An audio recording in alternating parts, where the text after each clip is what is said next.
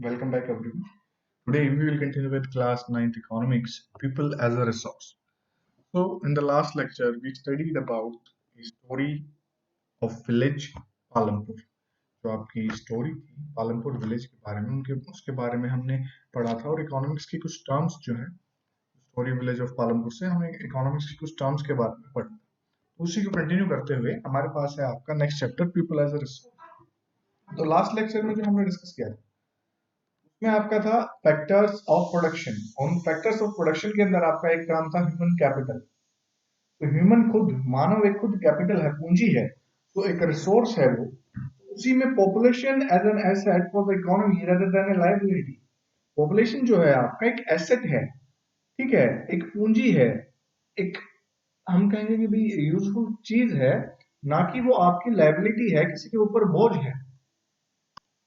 तो आपकी ह्यूमन को जो है हम एक एसेट के रूप में, एक पूंजी के रूप में लेंगे, ना कि उसको हम एक बोझ के रूप में उसको हम मानेंगे. ओके, लायबिलिटी में जैसे होता है कुछ चीज हमने ले ली, कोई हम मशीन हमने ले ली, कोई व्हीकल हमने ले लिया जो यूज करते हैं हम, बट उसमें हमें डेली कुछ ना कुछ इन्वेस्टमेंट उसमें करनी पड़ेगी, या पेट्रोल डलवाना पड़ेगा, या उसकी मेंटेनेंस करनी पड़े, तो वो चीज उसके ऊपर होती है. बट ह्यूमन पॉपुलेशन या ह्यूमन कैपिटल के साथ ऐसी चीज नहीं होती है. Population becomes human capital when there is investment made in the form of education, training and medical care. Population जो आपकी ह्यूमन कैपिटल कब कन्वर्ट होती है, जब उसमें एक बार वन टाइम इन्वेस्टमेंट की जाती है एजुकेशन के रूप में, ट्रेनिंग के रूप में, या मेडिकल केयर के रूप में उसको दी जाए. तो ओके, तो human as a resource, investment in human capital yields a return just like investment in physical capital. तो ह्यूमन कैपिटल के अंदर अगर हम इन्वेस्ट करते हैं तो उसी वो भी आपकी जैसे फिजिकल कैपिटल में हमने अगर कहीं कहीं पैसा लगाया है, उसी तरीके से ह्यूमन कैपिटल में भी वो रिटर्न करता है आपका. तो इसमें भी आपकी पूंजी, लगाई हुई पूंजी वापस आपको मिलती है बाद में, ठीक है, फ्यूचर में. सो डेवलप्ड ह्यूमन रिसोर्सेज जो है आपके, जो ह्यूमन रिसोर्सेज को डेवलप करने के बाद हाइयर इनकम मिलती है आपको. एडवांटेज जो आपकी सोसाइटी को एडवांटेज होती है इस चीज से, सुपीरियर टू अदर रिसोर्सेज से सुपीरियर होती है आपकी, जैसे लैंड, फिजिकल और कैपिटल से जो आपका सुपीरियर जो है आपका कैपिटल होती है, ह्यूमन कैपिटल आपकी लैंड और फिजिकल कैपिटल से, ठीक है. ओके, तो इसमें आपकी इस चैप्टर के अंदर एक स्टोरी है, आपकी स्टोरी ऑफ शकल एंड विलास. तो शकल एंड विलास की स्टोरी के अंदर आप देखने से समझ में आएगा कि ह्यूमन कैपिटल में या आदमी के पूंजी में जो है इन्वेस्टमेंट करने से, पीपल रिसोर्स के अंदर इन्वेस्टमेंट करने से आपको कैसे जो है मोर प्रोडक्टिव या मोर प्रॉफिट होता है. ठीक है, स्टोरी के अंदर आपके शकल और विलास की कहानी है. ठीक है, इस कहानी के अंदर क्या होता है आपका, में आपके दो दोस्त होते हैं, शकल और विलास. ठीक है, एक गांव के अंदर ये रहते हैं और गांव के सीमापुर के अंदर रहते हैं. तो शकल जो होता है आपका 12 ईयर बॉय होता है, ठीक है, जो 12 साल का लड़का होता है. उसके फादर जो मम्मी जो है घर का काम करती है, और उसके फादर जो है वो एग्रीकल्चर फील्ड में काम करते हैं. और शकल जो है अपने घर घर के काम में हेल्प करवाता है, अपने छोटे भाई बहन की देखभाल करता है, ठीक है. और उसका अंकल जो है उसने मेडिकल एग्जामिनेशन पास की, पर वो उस टाइम पे उसको जो है कोई जॉब नहीं मिली थी. ठीक है, उस टाइम पे जो पढ़ाई तो कर ली उसने, मेट्रिकुलेशन 10वीं तो पास कर ली, 12वीं कर ली, बट जॉब नहीं मिली उसको. ठीक है, और जो है उनके माता पिता जो हैं, एक वो चाहते थे शकल के माता पिता कि वो उसको पढ़ाएं आगे. उन्होंने उसको जो है स्कूल में डाला, स्कूल में पढ़ाया उसको, उसकी हायर सेकेंडरी जो एग्जामिनेशन भी दिलवाई. ठीक है, उसको फिर आगे और पढ़ाई के लिए भेजा. ठीक है, उसको वोकेशनल कोर्स करवाया कंप्यूटर्स में, ट्रेनिंग कोर्स करवाया कंप्यूटर्स में, वोकेशनल कोर्स. ठीक है, और शकल जो है वो काफी पढ़ाई में बढ़िया था, इंटरेस्टेड था बंदा, तो वो आगे निकल गया और उसने जो है उस कोर्स को कंप्लीट किया. और थोड़े टाइम बाद उसको बढ़िया जॉब मिल गई प्राइवेट सेक्टर में, और बढ़िया सॉफ्टवेयर वगैरह बनाने लग गया, और उसकी बढ़िया जो है इनकम हो गई, और पैसा उसको बढ़िया अच्छा मिलने लगा. और सेकंड साइड पे जो था आपका, on the other side there was विलास.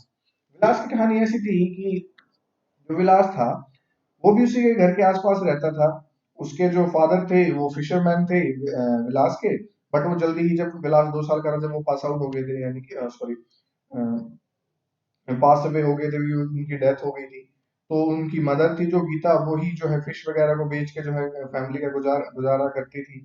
ठीक है, वो लैंड ओनर से, तालाब लैंड ओनर से जो है मालिक से फिश खरीद के लाती और उसको बेचती थी. ठीक है, और वो ज्यादा पैसा कमा नहीं पाती थी इसलिए इसलिए तो जो विलास जो है आपका, विलास भी पेशेंट था आर्थराइटिस का। ओके, सो वो भी बीमार था, उसको भी जो है जोड़ वगैरह की जो है बीमारी थी, वो ठीक नहीं रहता था। तो इस चक्कर में क्या हो गया कि उसकी जो है जो उसको उसकी माता के पास इतना पैसा नहीं था, तो उसको डॉक्टर के पास ले जाके ठीक भी नहीं करवा सकती थी, ठीक है, विलास को। और वो पढ़ाई में भी इतना इंटरेस्टेड नहीं था उस टाइम पे, और अपने बस घर के काम में छोटी मोटी मदद करता था। और थोड़े टाइम बाद उसकी मम्मी बीमार हो जाती है, माता, और फिर उसको विलास के ऊपर सारा बर्डन आ जाता है। फिर उसको वो बिजनेस संभालना पड़ता है। बिजनेस क्या है, वो मच्छियां बेच के उसको अपना गुजारा करना पड़ता है, घर का चलाना पड़ता है। तो इस चीज से हमें समझ में आता है कि investment in human resource, education या मेडिकल केयर के थ्रू या वोकेशनल कोर्स करवाने से can give high rates of return in future. ठीक है, हाई रिटर्न्स ऑफ फ्यूचर के रेट उसमें वहां पे देखने को मिलते हैं। जैसे कि आपका यहाँ पर शक्ल के साथ साथ हुआ, ठीक है, उसको उसके माता पिता ने उसको एजुकेशन दिलवाई, उसको वोकेशनल कोर्स करवाया, उसके पास अच्छा खासा पैसा है, ठीक है। और लेकिन दूसरी साइड विलास के साथ ऐसा नहीं हो पाता है, तो वो गरीब का गरीब रह जाता है। और फ्यूचर में जो है आपका विलास की जो आने वाली नेक्स्ट जनरेशन होगी, उसको भी वो बढ़िया जो है एजुकेशन दिल पाएगा, उनको आगे बढ़ाएगा। तो ये प्रोसेस इसी तरीके से चलती रहती है। और नेक्स्ट साइड आपका विलास है, वो विलास के पास अपना खुद का गुजर बसर करने के लिए पैसा नहीं है, वो बच्चों को एजुकेशन कहाँ से दिलवा पाएगा, ठीक है। So countries like Japan have invested in human resource, they did not have natural resource, they have invested on people, specially in the field of education and health. जो जापान जैसे लोग हैं, उन्होंने ह्यूमन रिसोर्स में investment किया है, ठीक है, क्योंकि उनके पास नेचुरल रिसोर्स अवेलेबल नहीं है ना। जो आइलैंड, जापान जो आपका आइलैंड कंट्री है, टापू है, ठीक है, ठीक है, तो इसलिए उन्होंने ह्यूमन रिसोर्स में ज्यादा जो है पैसा अपना लगाया है। उन्होंने जो स्पेशली एजुकेशन और हेल्थ सेक्टर में फील्ड में पैसा लगाया है। तो इन्होंने जो है अपने रिसोर्सेज को, इतने ह्यूमन रिसोर्स को इतना एफिशिएंट बना लिया है, जो आपके अदर रिसोर्सेज हैं जो लाइक लैंड और कैपिटल है, उससे भी ज्यादा एफिशिएंट इन्होंने ह्यूमन रिसोर्स को बना लिया है जापान ने। Okay, next one is economic activities by man and women. So एक टर्म है यहाँ पे कि जो इकोनॉमिक एक्टिविटीज आपकी तीन मेन सेक्टर में जो है आपकी क्लासिफाइड है, प्राइमरी, सेकेंडरी एंड टर्सरी।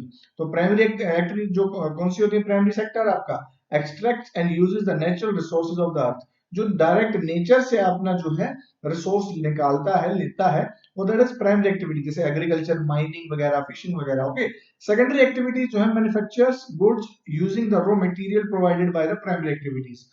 जो प्राइमरी एक्टिविटी से जो रॉ मटेरियल मिलेगा एग्रीकल्चर से, जो हमें जैसे कि कॉटन मिला, कॉटन से कपड़ा बना लिया, शुगर केन मिला, शुगर केन से आपकी जो है शुगर बना ली। तो इस तरीके की जो है मैन्युफैक्चरिंग इंडस्ट्रीज, लकड़ी के सामान घर बना लिए, और कुछ माइनिंग करके जो है प्लास्टिक की चीजें, तो वो चीजें सेकेंडरी एक्टिविटीज में मैन्युफैक्चरिंग इंडस्ट्री आ जाती हैं। ये चीजें हम पहले भी पढ़ चुके हैं आपका। Next one is tertiary sector. Tertiary sector के अंदर जो है आपके provide services to consumer and other sectors of industry. इसमें जो सर्विसेज प्रोवाइड करवाई जाती हैं, जैसे टीचर, डॉक्टर, लॉयर, आपकी जो सर्विस प्रोवाइड करवाएंगे, वो आपके टर्सरी एक्टिविटीज के अंदर इंक्लूड कर लेते हैं हम। Next one is economic activities have two parts. इसके अंदर दो पार्ट्स हैं आपके, मार्केट एक्टिविटी जिसको हम इकोनॉमिक एक्टिविटीज भी बोलते हैं, और नॉन मार्केट एक्टिविटीज जिसको हम नॉन इकोनॉमिक एक्टिविटीज भी बोलते हैं, ठीक है। तो इसको हम इसमें कंफ्यूज नहीं होना, नॉन इकोनॉमिक और इकोनॉमिक। सो economic market activities, non economic non market activities. तो इसमें आपका इकोनॉमिक एक्टिविटीज है, production of goods and service can be classified into market activities and non market activities, ठीक है। Production of goods and services, जैसे कि markets activities है जो आपकी पैसे के लिए की जाती है, नॉर्मल मार्केट एक्टिविटीज आपकी सेल्फ कंजप्शन को पूरा करने के लिए की जाती है, ठीक है। मार्केट एक्टिविटी जो है आपका remuneration paid to anyone who perform an activity for earning money, it gives profit, for example government services. इसमें जो है आपका मार्केट एक्टिविटीज में कोई भी ऐसी चीज जिससे पैसा कमाया जाए, प्रॉफिट कमाया जाए, ठीक है। जैसे कि आपका कोई, आपने किसी चीज का प्रोडक्शन किया, उसको मार्केट में जाके बेच दिया, ठीक है, प्रोडक्शन किया आपने, खेत में जो है अनाज उगाया, उसको मार्केट में बेचा, तो आपका कौन सी होगी, मार्केट एक्टिविटीज, इकोनॉमिक एक्टिविटी होगी। इसके अलावा आप सर्विस प्रोवाइड करते हैं किसी से, तो पैसा लेते हैं, ओके, वो आपकी क्या होगी, सर्विस किसी को प्रोवाइड करवा के पैसा लेना, वो non, sorry, economic activity, market activities होगी। और नॉन मार्केट यानी कि non economic, production is for self consumption, खुद के लिए खाने के लिए या खुद के कंजप्शन के लिए जो है प्रोडक्शन करना। It does not give any profit, इससे कोई पैसे का लाभ नहीं होता। जैसे कि आपका प्राइमरी प्रोडक्ट्स का जो है प्रोडक्शन करना, वो गुड्स सिर्फ घर अपने परिवार के लिए जो है उसका प्रोडक्शन करना, ये आपका primary, sorry, non market activity, non economic activity का एग्जांपल है। जैसे कि सर्विस में हमने देखा था, किसी को हम सर्विस प्रोवाइड करके पैसा लेते हैं, बट अगर सर्विस में एक एग्जांपल हम ले लें कि भाई हम अपने घर में ही बच्चों को पढ़ाएं, ठीक है। जो मम्मी कोई पेरेंट्स जो अपने बच्चे को घर पे पढ़ाता है तो वो नॉन मार्केट एक्टिविटी, उससे कोई वो लाभ नहीं उठा रहा होता है, ठीक है। Next one is division of labour between man and women. तो इसमें आपका हिस्टोरिकल एंड कल्चरल रीजंस रहे हैं इसके पीछे, आपके मैन और वुमेन के पीछे जो लेबर का उनको काम जो किए जाते हैं, जो एक्टिविटीज होती है वुमेन की मेनली, आपका जो women generally look after domestic affair like cooking of food, washing of clothes, cleaning of utensils, housekeeping and looking after the children, ठीक है। तो ये चीजें आपकी मेनली जो है आपकी वुमेन करती आई है, घर की देखभाल करना, घर के काम करना, और इससे रिलेटेड जो काम होते हैं आपके वही वो करती आई है, ठीक है। और इसीलिए क्योंकि ये आपके हिस्टोरिकल और कल्चरल हमारी वैल्यूज रही हैं, ये पुराने जो हम समय से हमारी मान्यताएं रही, इस वजह से वो काम करती आई है, ठीक है। और जैसे कि किसी के घर में काम करना, किसी को बढ़ावा जो क्या कहते हैं आपकी, तो घर के काम, देखभाल के काम, या किसी के घर में जाके भी जो है साफ सफाई का काम करना, या कोई चीज खाना बनाने जैसी एक्टिविटी जो होती है वो ह्यूमन के लिए जो है कल्चरल और हिस्टोरिकल रीजन रहे हैं उसके पीछे करवाने की। लेकिन अगर एजुकेशन एंड स्किल्स जो है आपकी वो मेजर डिटरमिनेंट्स होती हैं of earning of any individual in the market. So education और स्किल्स, क्योंकि पहले टाइम में जो है वुमेन्स को पढ़ाया नहीं जाता था, लेकिन आज के टाइम में जब उनको वुमेन्स को पढ़ाया जा रहा है, उनको एजुकेशन दी जा रही है, उनको स्किल्स दी जा रही है, तो उसकी हेल्प से वो आज के टाइम पे बराबर का जो है काम कर रही है, लेकिन पहले ऐसा नहीं होता था, ठीक है। Next one is man versus जो सॉरी मैन वर्सेस वुमेन में हमने पढ़ लिया कि क्या क्या रीजन था ऐसा, जो वुमेन को जो क्यों पीछे रखा जाता है, क्यों हाउस होल्ड के काम दिए जाते हैं, जो इस तरीके की साफ सफाई के और वो घर के काम। Next one is human capital. Human capital जो है आपका जो stock of skill and productive knowledge embodied in a human beings population. Human beings become human capital when it is provided with better education, training and health care facilities. Human capital जो आपका stock है इसका skill और productive knowledge का, जो human beings के अंदर उनको डाला जाता है, और पॉपुलेशन जो है ह्यूमन बींग्स जो है ह्यूमन कैपिटल का बनते हैं जब उनको बेटर एजुकेशन, ट्रेनिंग और हेल्थ केयर फैसिलिटी प्रोवाइड करवाई जाती है। So people as a resource is a way of referring to a country's workforce in terms of their existing skills and abilities, ठीक है।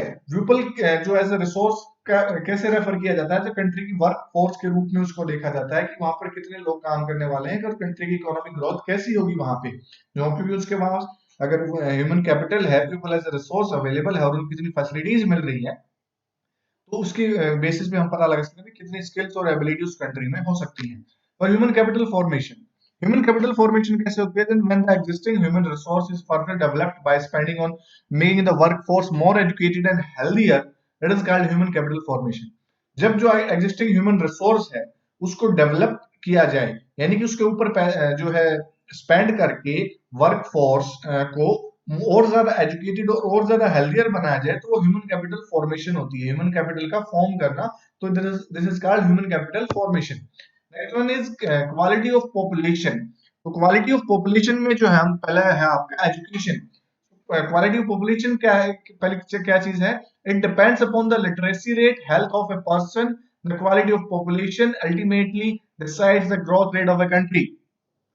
तो क्वालिटी ऑफ पॉपुलेशन यानी population की quality कैसे किस चीज पे डिपेंड करेगा, आपकी लिटरेसी रेट कि कितने लोग एजुकेटेड है, कितने पढ़े लिखे हैं, और उसकी हेल्थ कैसी है पर्सन की वहां पे, ठीक है। तो क्वालिटी ऑफ पॉपुलेशन फिर अल्टीमेटली डिसाइड करती है कि भाई ग्रोथ रेट क्या होगी कंट्री की, कि कितना ग्रो करेगा आपका कंट्री, ओके। तो इसमें इंपॉर्टेंस आपकी education in improving the quality of education.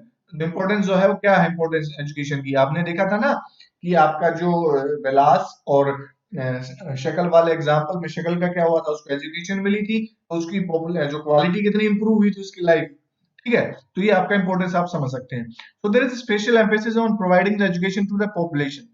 तो जो है एक बहुत ध्यान दिया जाता है कि पॉपुलेशन को एजुकेशन प्रोवाइड करने के ऊपर, जिसमें providing universal access, retention and quality in elementary education with special emphasis on girl, कि यूनिवर्सल एक्सेस हो, सभी लोग एजुकेशन को इजीली एक्सेस कर पाए, ठीक है। उनको क्वालिटी ऑफ एलिमेंट्री एजुकेशन जो है उनकी, जैसे कि गर्ल्स को जो है स्पेशली एजुकेशन पे ध्यान दिया जाए, उनकी उनको पढ़ाने के लिए जो जागरूक किया जाए, लोगों को भी, लड़कियों को भी पढ़ाएं आप।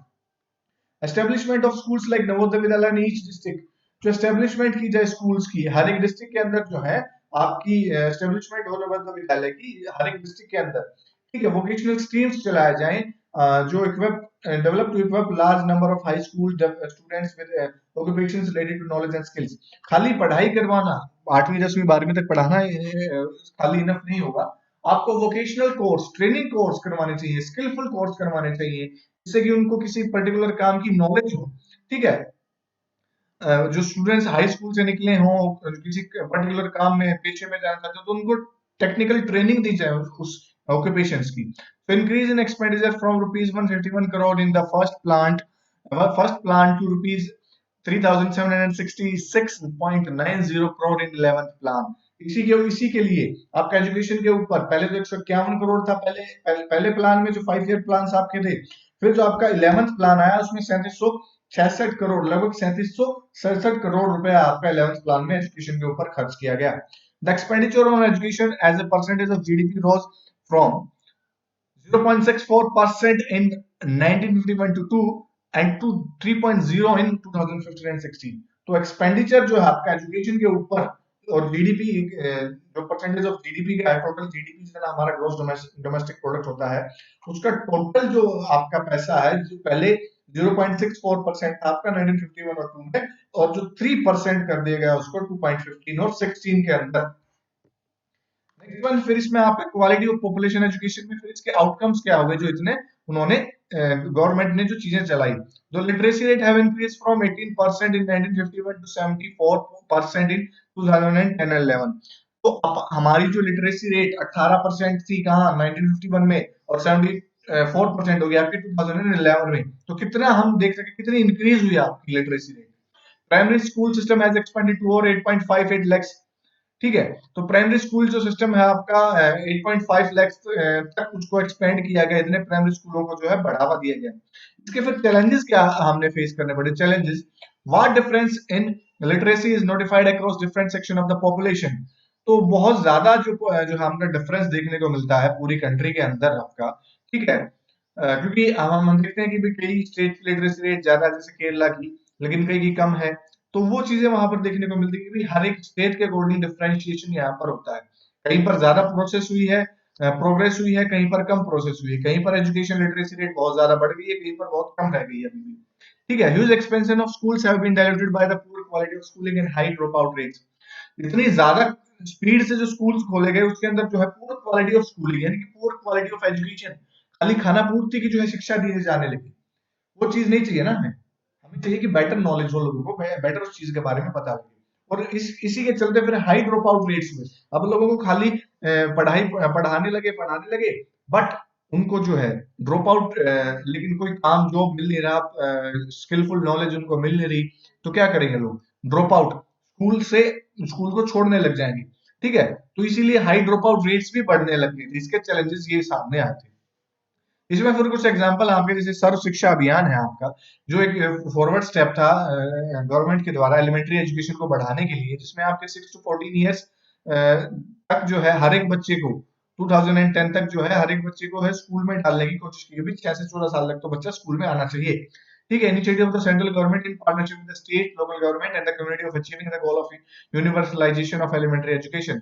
ये भी गवर्नमेंट, सेंट्रल, स्टेट और लोकल गवर्नमेंट के द्वारा मिलके स्टेप लिया गया, इनिशिएटिव लिया गया कि भाई हम जो है एलिमेंट्री एजुकेशन कैसे 14 साल के बच्चे तो एटलीस्ट पढ़ें, इनको तो जो है कंपलसरी करना है एक तरीके से। और जो bridge courses and back to school camps have been initiated to increase the enrolment in elementary education. Bridge courses और बैक टू स्कूल कैंप्स लगाए गए भी, जो लोग बीच में छोड़ के चले गए थे, जिनकी जो एजुकेशन पूरी नहीं हो पाई थी, उनके लिए भी कैंप्स लगाए गए, छोटे नॉलेज के कैंप्स लगाए गए, कुछ स्किलफुल कोर्स करवाए गए, ताकि जो है एनरोलमेंट इंक्रीज की जा सके आपके एलिमेंट्री एजुकेशन में। इसमें फिर आपका मिड डे मील भी आपका होना कि लोगों को स्कूल के अंदर ही खाना जो प्रोवाइड करवाया जाने लगा। सर्व शिक्षा अभियान में आपके लोगों, आपको अभी तक याद भी होगा, आपकी बुक्स के एनसीईआरटी की बुक्स पे हर दिन आपको देखने को मिलता है। ठीक है, तो ये चीजें आपकी एजुकेशन जो है, क्वालिटी ऑफ एजुकेशन में ये चीजें आपको हमें देखने को मिलती हैं। ओके, तो this is all about people as a resource. हम पीपल रिसोर्स को जो है चीजें प्रोवाइड करवाते हैं, तो उसको हमें क्या फायदा मिलता है। तो इसी में क्वालिटी ऑफ पॉपुलेशन के अंदर हम नेक्स्ट लेक्चर में देखेंगे आपका हेल्थ फैसिलिटीज के से रिलेटेड हम बात करेंगे। तो that's all for today. Thank you so much everyone.